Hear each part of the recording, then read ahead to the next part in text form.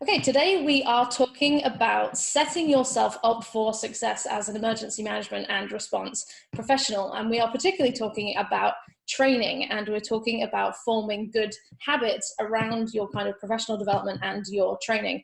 Now, with me to talk about this is someone who I know is very much involved in the kind of education and professional development side of things. And I know that he's very kind of active on social media about this, shares a lot of information, and is just in general very on top of what's going on in the field.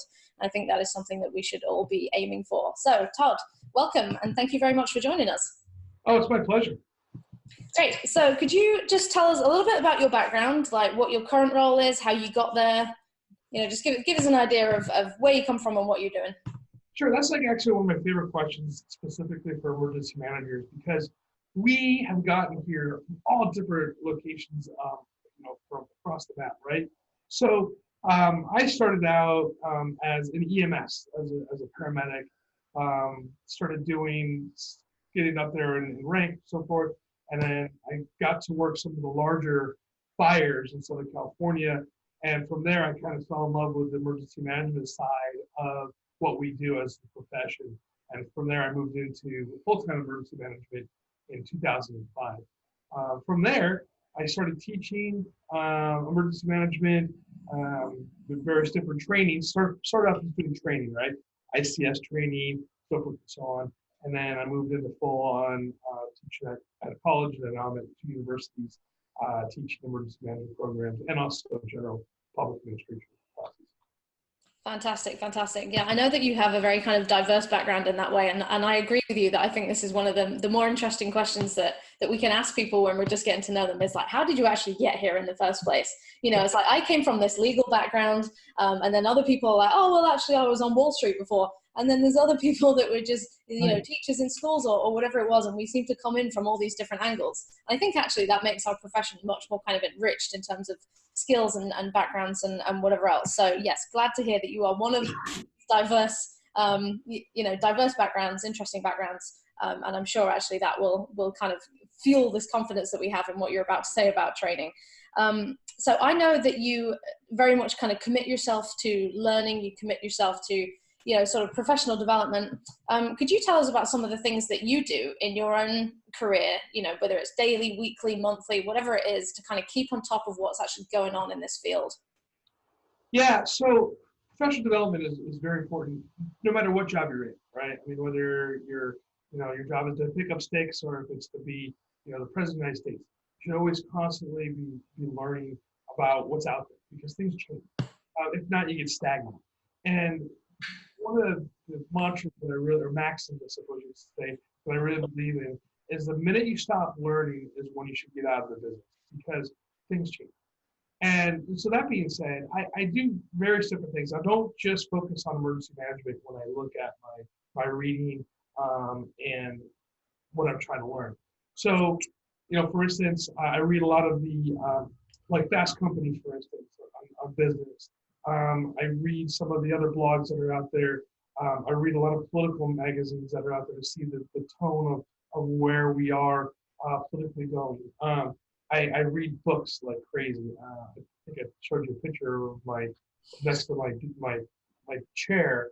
I think I have like 6 books sitting there right now that I'm in the process of reading, audio books. So I'm constantly looking to improve just my general knowledge and also emergency management knowledge. One of the questions I ask on weekly is what books or publications do you read or do you recommend? And the reason why I ask that question is twofold. One is I'm looking for new books all the time, right? And the second thing is I think it's important to see where people are by what they read. I remember somebody said one time when you go into somebody's house, I think it probably was written back in the 1800s, if you look at their bookshelf to see what's on their shelf, you'll see what kind of person they are. And I really do believe that. Yeah, I would agree with you on that one. And the funny thing is actually is like when I moved over to the US, I didn't bring the entirety of my book collection with me because it was going to cost something in the region of like $3,000 just to ship it over. And so all of the books that are in our house at the moment are my partner's books. And it's just like Irish history, Puritan history. And it's like you come in here and it's like, oh, so this is some Irish Puritan thing going on. So it's like the exception, I think, is me at that moment. I kind of slot in little emergency management books every here and there, but for the most part, it's just the Irish and the Puritans in this household. But yeah, I love the fact that you have such a kind of mix of things going on, and I think this is really important when people are trying to figure out, okay, I've got myself into this profession.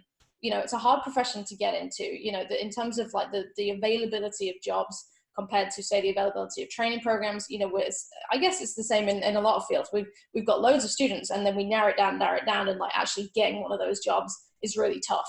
And so once you're actually there, figuring out how then to keep yourself up to date with what's going on in the field, to keep yourself up with training, you know, that's important. And I love the fact that you mentioned, you know, magazines, blogs, and, you know, newspapers, books, like just keeping up with all of this kind of external literature that's maybe not directly what you're doing in your job or your day-to-day life, but you're keeping that kind of context in the background. I think that's really, really important. So, you know, I'm going to drag out a top tip right there. You know, learn the context of what is actually going on, what's actually going on, you know, in the government or in the state level government. Excuse me.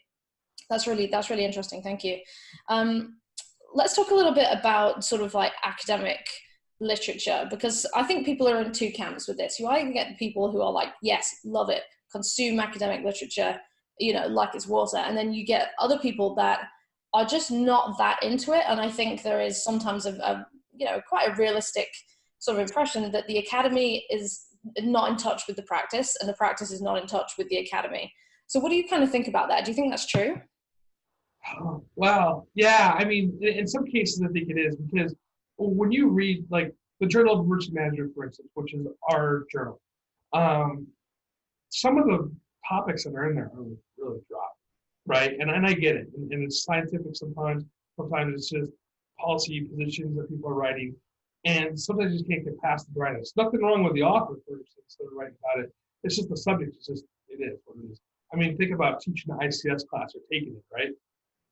You can't make it as exciting as it, you know, it is. It's just, it is what it is. But the problem is that we really need to read those journals, and we need to write, right?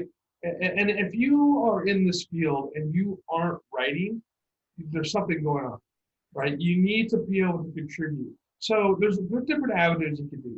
You can for the International Association of Emergency Managers, you have the dispatch that you could write for.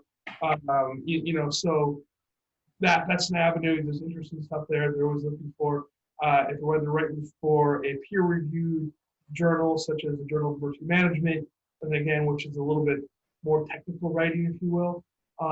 You know, so there's that aspect of it. So you need to be writing, even if you're just writing for your own personal industry blog, right? For instance, you have disaster resilient blog that's out there, or you have the Emergency Management magazine that you can write for.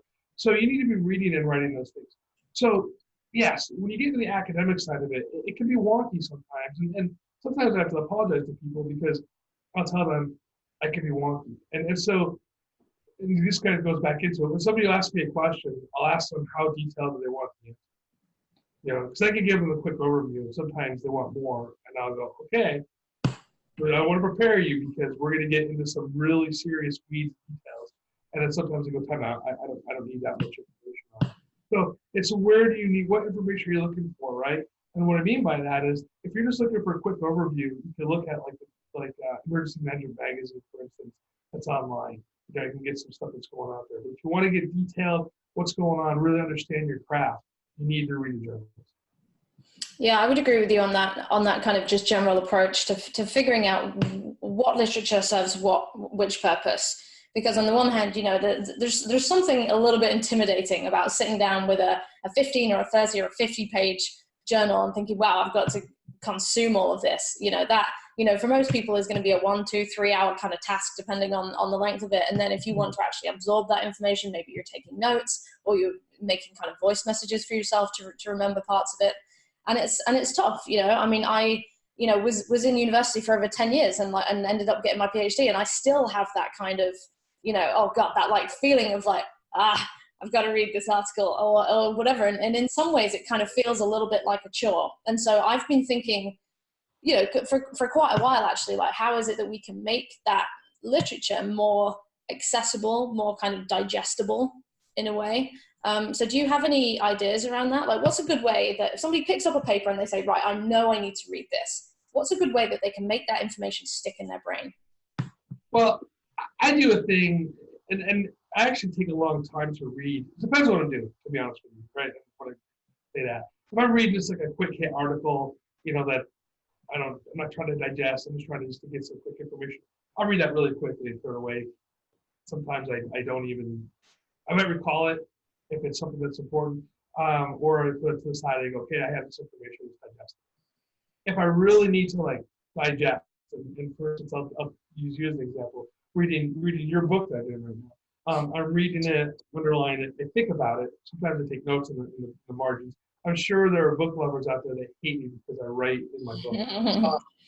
And I tag it, and I put flags on it, and I'll go back and I'll look at that again. I know at some point I'm going to need that information. And it's funny because my buddy Brian here, right? He'll ask me a question sometimes, or my wife for instance too. She'll ask me a question.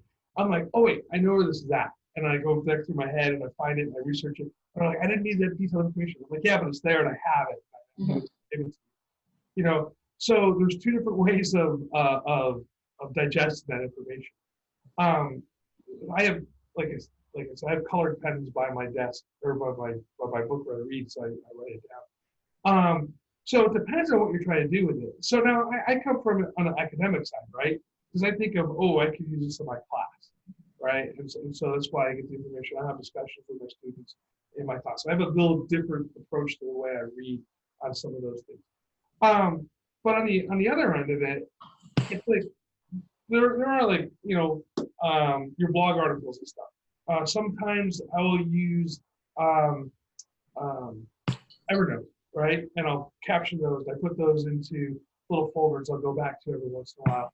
And then I schedule myself time at least once a week to go through those blog posts and to look at those to see if I want to keep them or get rid of them or need to read them or whatever that situation. So that's kind of how I digest information. Yeah, I think that there's definitely a lot of value in having a system for managing just the sheer amount of information that is out there. Because, on the one hand, we're used to through school, we're used to just having books, and then the teacher says, okay, can you read chapter 7 today? And have it by a certain deadline. It's almost like we've got to continue that in our own lives. Once we're out of educational training systems, we then have to take that responsibility on ourselves and figure out how we're actually going to keep up in a kind of methodical way. Now, just as you were just talking, then you reminded me of an article that I read, and it's called "How to Read." Now, that I'm trying to remember the author name, but I'll find it and I'll post it on the Insights Library for anybody that wants to access it and read it. But this article basically is about, it's an article, it's very meta, it's an article about how to read articles. And the gist of it is that the author is saying, look, don't start at the first line and finish at the end line. That's not how to read. Now that to most people is going to be like, what? That's exactly how I read. Have I been doing it wrong all these years? And what the author is saying is that no, actually you should be reading in stages. Now I don't want to completely bastardize this and ruin the whole article, but the gist of it is that you start by looking at the title and thinking, what is the author trying to make me get out of this? Right? Because authors will spend a lot of time figuring out their titles, and there's a very good reason for it. Authors will anyway. And so, that almost is like that's your deliverable. That's what you should know by the end of the book or the article, whatever it is, And, so like my book, for example, is called The Unlawful Refusal of Emergency Humanitarian Aid. At the end of the book, you should know when it is unlawful for a state to refuse emergency humanitarian aid, right? And it sounds very obvious, but we are trying to give a message from the very first few words. So read the title first, then read either the table of contents, if there is one, and get an idea of the big picture of the book. Or if there isn't a table of contents, just go through and read the headings and figure out, even write them down separately, which is what I do. And then you've got your own little table of contents and just get an idea of the big picture so that you know what's coming. And usually at that point, people find that a lot of the kind of intimidation of this big document is taken away, and you can actually engage with it a lot easier. And then the final stage is to decide whether you want to use this document as a reference. So you go and you say, okay, I'm interested in subheading X. And you go in and you say, okay, I want to know about, why FEMA was formed. And then you read that, and you don't read the whole rest of the history about DHS. right? And so, and then if you want to, you can read the whole article, but at that point, you know what's coming next. And if you know what's coming next, there's this thing that happens in our brains, science, don't ask me, but something happens in our brains where we're like constantly reaffirming that knowledge that we've just got. And so I think that's a really useful approach. And you've just reminded me of it with saying, read with a purpose, figure out what that purpose actually is. What's funny is I'm dyslexic, right? So reading for me was always a chore. And I learned tricks of how to get through it. So you can tell I consume books now, which is interesting. But I also am naturally left-handed. And so when I pick up a magazine, and I was told by this psychologist that this is one of these things that left-handed people do, is I go to the back of the cover first, and I read backwards. So I flip through backwards, and like you're right, you get to the ending and you go, okay, this is an article that I'm interested in, and I'll read the conclusion of the article first, and then I go back to the beginning. So it's just a different process for me on how I have to digest information.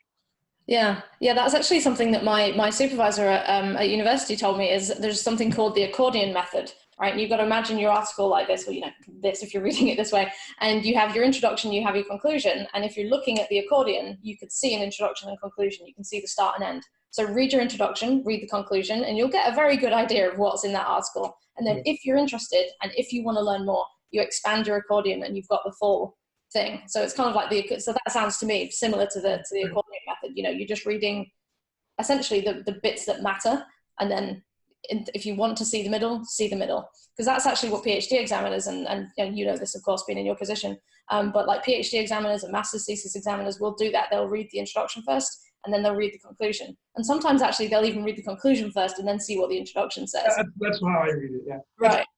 Anybody taking my classes, that's how I read my students' papers. Yeah, there you go. Take note. Take note, because the professor is in and we are getting his secrets. Okay, brilliant. That I think is really, really valuable. Just that the very basic point here is just to have a purpose to what you're reading, and then figure out your approach for it, right? Reading is not this singular linear kind of activity that you do in one session and whatever. It's a very active activity. I think that will really help a lot of people to kind of, concretize what it is that they are trying to learn, and then they, of course, can apply it a lot easier. Okay, let's move away from kind of reading and academia and talk a little bit more in terms of like the practice of training. So what are your kind of thoughts on the existing training landscape for emergency managers and responders? I know that's a big question, but. Yeah, and it's interesting because I've been having some like really deep conversations with people in the space for the last year or two. And I think EMI, FEMA's EMI, is doing a halfway decent job of creating content for training. And what I mean by that is concepts and titles and what they want to get out. The execution of what they're doing, I think, needs help. And I was actually talking to one of the people who developed these classes and put it on, and we had a really good conversation about it. He's like, well, we have restrictions. I get that. I'm not slagging any of the authors or even the concept. Problem is today is that we jump online and we watch these basically PowerPoint slides that have overview on top of them, and the training is not dynamic. I think we need some more dynamic. If we're going to do online training, we need to do more dynamic online training. And you and I've had that conversation as well, in the past. On the other end of it, we have so much more information coming in on researching things that it's going to be hard for people to necessarily keep up with some of the new concepts. I mean, they're revamping incident command systems, or NIM. They're revamping these because we have more information that's coming in. And so how do we get this information out to the general population? When I say that, to those of us that aren't in academia, to the practitioner. And then there's two different areas, right? You have training, which is practical application, and then you have knowledge, which is your academic side of it, right? And I think we need to be able to bring both of those together, where we're having somebody getting knowledge, we're having people getting practical application and putting it together. I think we do an okay job on the training. Again, like I was saying, we definitely have some room for improvement. It seems to be you talk to people, go through them, it seems to be the same stuff, just delivered in a little bit different way. If you take ICS 100 to 400, right? If you take them consecutively, and like, oh gosh, I did that. I did 3 and 400 back to back, right? It's realistically the same information, just delivered in different ways.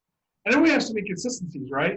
We tell people that, hey, we're not going to do, we don't want you using acronyms, right? So we go through ICS 700. So, okay, no more acronyms, right? And then in ICS 800, it's all about a bunch of acronyms. So we have some inconsistencies on that training as well. So I think those are just little areas that we have to shore up. I think in general, the information is good. I think basic is good. I think trying to get people up into the advanced levels and the executive levels, we definitely need to have more there. Does that make sense? Absolutely makes sense. Yeah. And I would agree with you in terms of, what FEMA is doing with the EMI. I also have, this is not a slate on FEMA at all. The information that they put out for free for people to register for is absolutely phenomenal. And I agree with you. This is not a slate on FEMA at all, but there's something that and of course, like FEMA training is US based, right? And our audience is around the world, but like it's comparable. You can see similar kind of things in the UK. There's a lot of training that's put out there, and then it kind of stops somewhere, and you go, okay, well, what's next? And I personally think that one of the answers for what next is we're not looking necessarily to find, as a collective, we're not looking up to find an instructor anymore. We're looking around us to see, okay, well, what do you know? And what do you know? And, how can we kind of, mesh together, and how can we learn from each other? Now, I've talked about the experience that I've had at conferences so many times, which is, you go and you listen to these conference speakers and they're absolutely brilliant. And then you come away and you're thinking that your learning is done for the day. And then you go and you have a coffee, or you go and have a beer, or whatever it is that you drink with somebody. And you're like, wow, this is amazing. I wish this was also in the conference. So, I think we're moving away from that formalistic sort of Confucian hierarchical kind of, kind of structure in training. And we're starting to look sideways in addition to looking up to our instructors. Would you agree with that? Oh, 100%. And I mean, and even at like your training, like you do a tabletop exercise, right? You're like, okay, I'm going to train my staff on this. And a lot of times people, and as a classroom instructor, you sometimes have to pull information and questions out of people, right? And that's part of the thing as a teacher, you need to help, right? But what you see is during these tabletop exercises, you say, okay, we're going to take a 10-minute break, go get some coffee.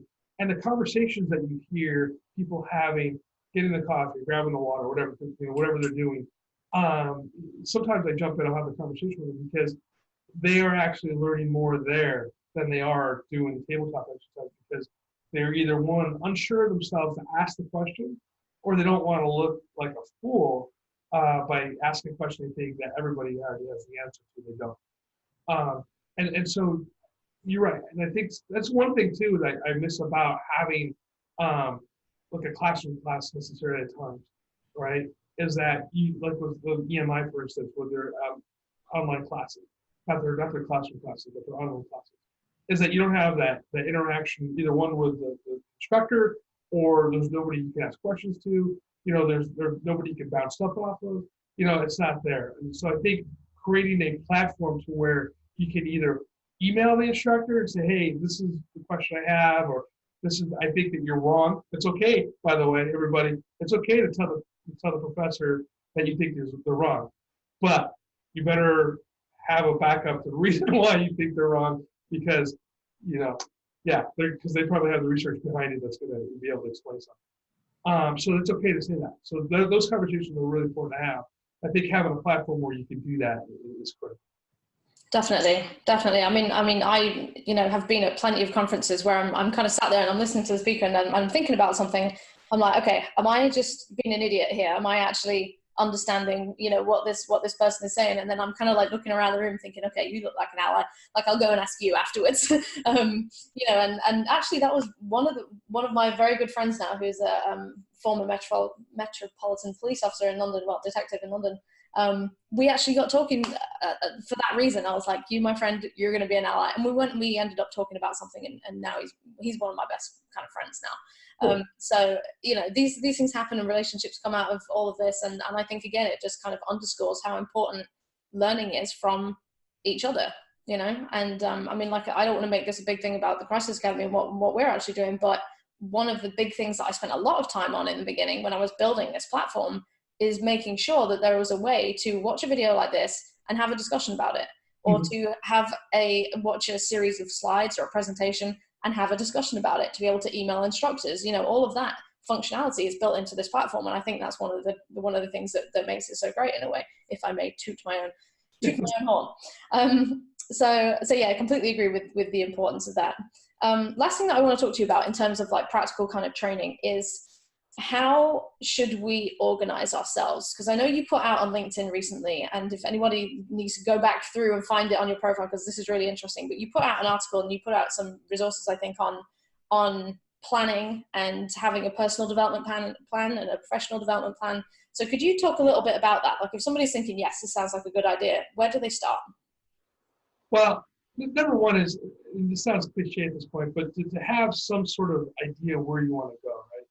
And, you know, you never jump in the car and go, all right, I'm driving someplace. Okay, where are we going? I don't know, but we're just going to start driving, and eventually we'll get there. You know, so you have an idea of where you want to go, whether it's to the grocery store, to the movies, or, you know, even if it's a Sunday drive down the coast, you have an idea of where you're going. So that's your plan, right? And then having those benchmarks to where you go, okay, this is where I'm getting to. So your personal development plan, for instance, in the little article that I put up, it really goes in the idea of creating those benchmarks, going back and visiting those goals that you set earlier to see, did you make them? Now, it's okay that if you set, and I don't recommend 10, but I'll just use 10 because it's a nice round number. If you set 10 goals for yourself and you only made 5, and you look at those other 5 that you set before, and you go, you know what, those aren't really what I want to do now. It's okay. You know, the idea of setting those goals and putting them down on paper is to commit yourself mentally to that process. And then going back and checking them. So I actually moved from doing an online calendar and tasks, still there too, but moved to actually having a planner that I purchased that has goals, my objectives. And every morning when I sit down, I write out what my goals are for that day. Right, and they're not, you know, they're very simple. They're not like, you know, SMART goals necessarily, the concept. It's like, you know, goal 1, finish a paper. Yeah, you know, read more. You know, something like along those lines. You know, or you know, read 2 articles along those lines, something like that for that day. So set those goals, and then sometimes I make them and I go, cool. And then at the bottom, if there's this thing where it's like, okay, what were my wins for the day? Right? Did I do this? You know, and really just self-evaluate and keep moving. And I do that at 6 o'clock in the morning normally, and then at 5 o'clock in the evening, and then I shut that, and I write stuff for tomorrow. I don't write my goals up for tomorrow. I do that in the morning. I sit with a cup of coffee and I reflect on my morning. And it sounds wonky, I suppose, but really keeps you focused on that day. Because I think I got to this process to where, like, before I would set like these grandiose yearly goals, right? And I'd write it down, and oh, here's my goal for the year, and I'd put them away, and I would never look at them, and then like all of a sudden I would get to those goals, and I go, oh, I never even got close to it, right? Because I never looked at it. Right now, I'm looking at my goal. I'm looking at my weekly goals every day. I'm looking at my daily goals every day, and in that process. So for me, it puts me in that mental space to where I can get things done. And there's different ways of doing it, but that's just basically what I wrote about the other day. Yeah, that's it's funny actually, as you were describing the approach that you take, that is an approach that I've been trying since early July. So I haven't been on this train for very long, but the journey is good so far. And yeah, I bought a paper planner. Like, for a long time I've been like, you know, very like anti-paper, if we can avoid it kind of thing. But there's something about having paper in front of you, and I sit at this desk, I work at that desk, which is my standing desk, but then every morning I will come here and I will just sit with my coffee and I'll think about what I'm doing for the day. And I have a planner which is big enough so that I can put stick-it notes or post-it notes on the pages, or on the days, sorry, so that if I have something I know I need to do for Thursday, it goes on a stick-it note and it goes on the Thursday thing, and then I actually write it down if I've done it, kind of thing. So it's like a running tally of the things that I have to do, and I can move around if necessary. Right. you know, like this today, for example, we had a set time and a set date. So that goes in the calendar. But something like, you know, I have a piece of client work that could be done today, could be done tomorrow, could be done Friday. And so I have this on a little stick-it note, post-it note, and I can just put it wherever, depending on how the thing is. And I think that's really, really useful to be able to do that. And I also love the fact that you said it's not a problem, it's not an issue if you set yourself goals and then you decide they're no longer relevant or you don't want to do them. Because like, I mean, it's turned into a therapy session, but like I struggle with perfectionism big time. And I say struggle now. I used to be like, oh, I'm a perfectionist, this is amazing. But I'm like, I'm spending like 5 hours on something that doesn't matter to anyone else apart from me. And so I've been trying to move away from that. And I think that a lot of people have this perfectionism thing going on, even if it's a little bit in the back of their minds. And abandoning goals is okay, right? You can say, these are no longer relevant to me anymore. And that's it. And it doesn't have to turn into this like, oh, failure thing. It could be, okay, they're no longer relevant, so what's the point, you know? So I'm really glad that you said that. I mean, go back to the road trip, right? I mean, like you sit there, for instance, and one of the things I like to do, I didn't do it last year, but I like to go up to Flagstaff, Arizona, for an event that happens up there every year.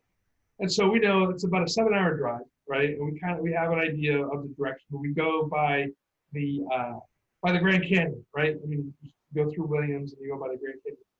And every year for a couple years, I'm like, I want to go to the Grand Canyon. There's always my thing to do, but it's out of the way, right? So an hour down the road. And so that was always on one of my travel trip goals. And so, but every year you're too tired or you're too busy. And a couple years ago, I did it. I was like, okay, we're going down there, go to the Grand Canyon. I was like, okay, awesome.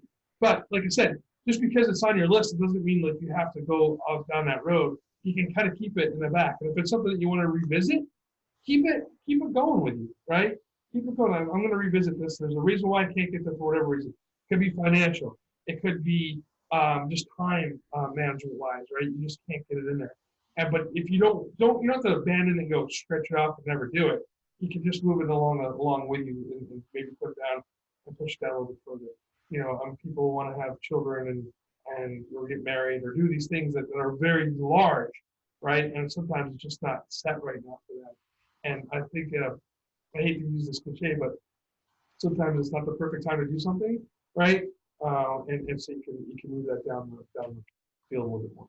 Yeah, absolutely. I think just affording ourselves that flexibility in our goal setting and even in our training. I mean, that's why most of the Crisis Academy lectures are between sort of like 2 to 10 to 15 kind of minutes long. They're intended to be, watched. And then, if you need to come back to a lecture, you can pause it halfway through, or you can just start it again, and it's not going to take up, a horrendous amount of time. It's not like you're watching a singular 3-hour lecture and you go, oh, damn, well, I don't want to watch it now because I don't know where I was. And, you just don't have to go through all of that anymore. You can just select what you want and get back to where you were, if you like. Okay, let's talk about reading. So you've mentioned that you are an avid reader, and I've seen the pile of books that you have next to your chair or your desk, wherever it is. What are you reading, or what have you kind of read recently that you feel, yes, this is shifting the way that I'm thinking about this field? Oh wow! Forget the name of the author, and I'll look it up for you. It's basically on willpower, right? And the idea is willpower doesn't work is the name of the book, and it goes in the sense of the idea of going, if you have an issue, and I'll use alcohol as an example because it seems to be one of those ones that, right? And you are an alcoholic, and people know this, and there is a beer or alcohol sitting in front of you and sitting there. And as much willpower as you want to say, I'm not going to touch it, I'm not going to touch it. It's hard, right? At some point, you're gonna break through that. And then you go through the process that willpower is actually physically hard, right? It's a physical hard thing to do. And so if you want to win, if you don't want to drink that alcohol, you need to remove yourself from that situation. And it's not about willpower, it's about giving you the best ability to win that situation, whatever that is. It goes into a little bit about online addiction, not addiction necessarily, but using like Facebook a lot and things like this, and how you can remove yourself from that and set yourself up for success. And so I think that's a really interesting book. And then another one that I think is really going to make some changes here as far as the way that we look at things is You're It by William McNulty. Eric McNulty. You take a look at that book and what it says specifically about crisis leadership. And it defines crisis. The idea of crisis isn't just emergency management type of stuff. It could be your business has something going on financially, or the Me Too thing happens at your business. Those things along those lines of how do you move into the positions where you can better yourself and your team, right? And so You're It is really, you walk in the door that day and there's something going on, you have to act. I highly recommend that book, and I think it's going to be a paradigm shift, specifically in the mental set for emergency management. All right, fantastic. I'm despite the fact that we're recording this, I'm making a note of that You're It one because it sounds like exactly the type of thing that I like to read. So thank you for that. Okay, final question. If you had to give just one piece of advice to emergency managers and responders on training, what would it be? Do it. Brilliant. Attend it. Make it happen. Make it a priority. And talk about goals earlier. Look at what you need to do for your training. Where do you feel that, number one, I don't subscribe to the idea of looking at your weaknesses and trying to overtrain your weaknesses. There are things that that you're not good at, right? But I don't ignore them. Okay, so but the other end is find out where your strengths are and train to those strengths and make that strength even stronger, right?